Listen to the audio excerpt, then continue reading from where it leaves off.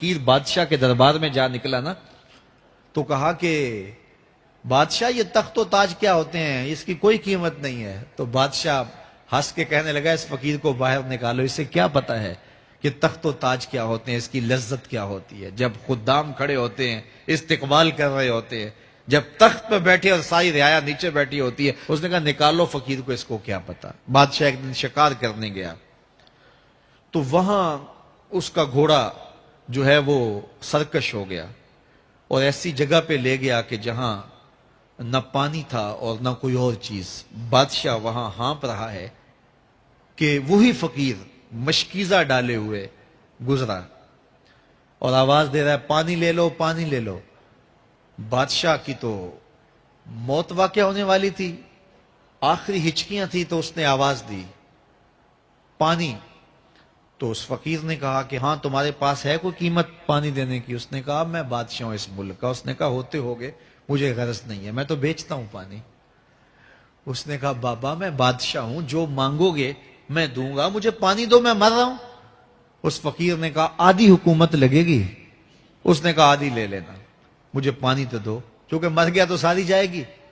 اس نے پانی کا گھونٹ دیا، پیاس کی شدت تھی، جب پانی کا کٹورا اس نے منہ سے لگایا تو پانی حلق میں اٹک گیا۔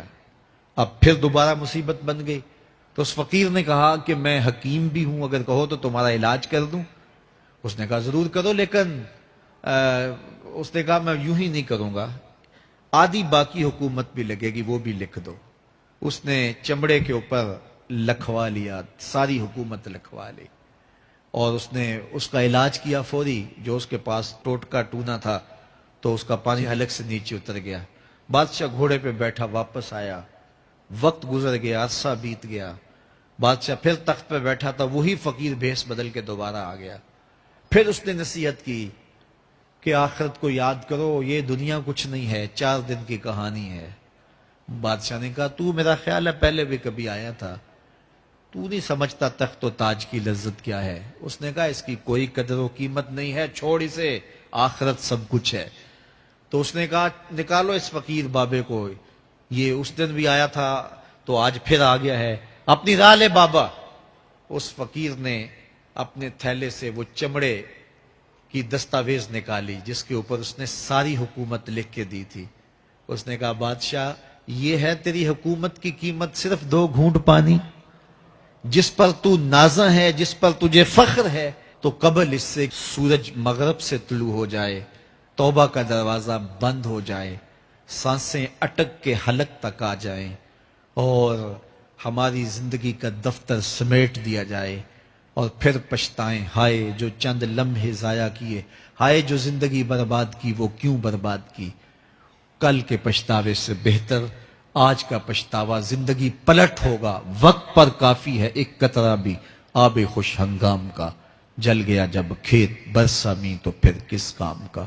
آئیے میں اور آپ اپنی زندگی کو مالک کی چوکھٹ پہ، مالک کی دہلیز پہ لے جائیں، اس کے حضور سچی توبہ کریں، رجوع لائیں، اپنے گناہوں سے معافی مانگیں، وہ کریم ایک آنسو سے سارے گناہ معاف کر دے گا۔ اپنی آخرت کی تیاری کریں، کاروبار دنیا بھی کریں، لیکن اصل ہماری زندگی آخرت کی زندگی ہے۔